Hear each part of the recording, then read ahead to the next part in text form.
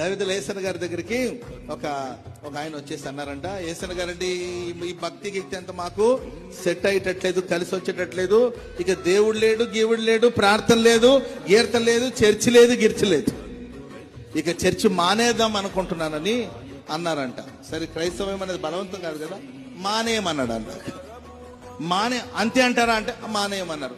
అప్పుడు ఏసన్న గారు మానేసే ముందు ఆయన నీ జీవితంలో చేసిన మేళ్ళన్నీ ఒకసారి గుర్తు చేసుకుని ఆయన చేసిన మేళ్ళన్నిటికీ ఆయనకి థ్యాంక్ యూ చెప్పి ఆ తర్వాత మానే. స్తోత్రం చెప్పండి అందరు గట్టిగా. అంతేనంటారా ఏసన్న గారు అంటే అంతే అన్నాడు ఏసన్న గారు.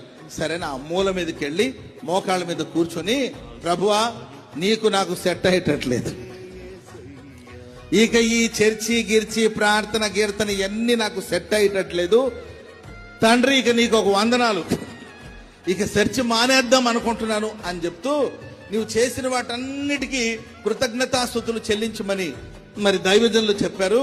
నిజమే, ఒకప్పుడు పాపిని, నేను రోగిని, ఒకప్పుడు తాగుబోతుని, తాగి బురదలో పడున్నాను. అలాంటి భయంకరమైన జీవితం నుండి నన్ను విడిపించి నీవు నన్ను సన్నిధిలో నిలబెట్టావు, రక్షణ సంతోషం నాకు అనుగ్రహించావు, నీకు స్తోత్రం అని ఇలా మొదలెట్టి ఒకటి తర్వాత చెప్పి ఆ మూల మీద కూర్చొని బోరని ఏడుతున్నాడు అట.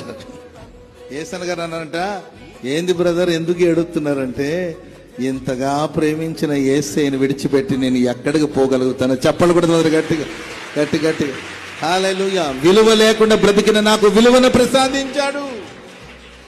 పశువుల కన్నా జంతువుల కన్నా ఘోరంగా దుర్మార్గంగా ప్రవర్తించిన నా జీవితంలో వెలుగును నింపాడు. ఈరోజు నేనేమై ఉన్నాను అది దేవుని కృప ద్వారానే.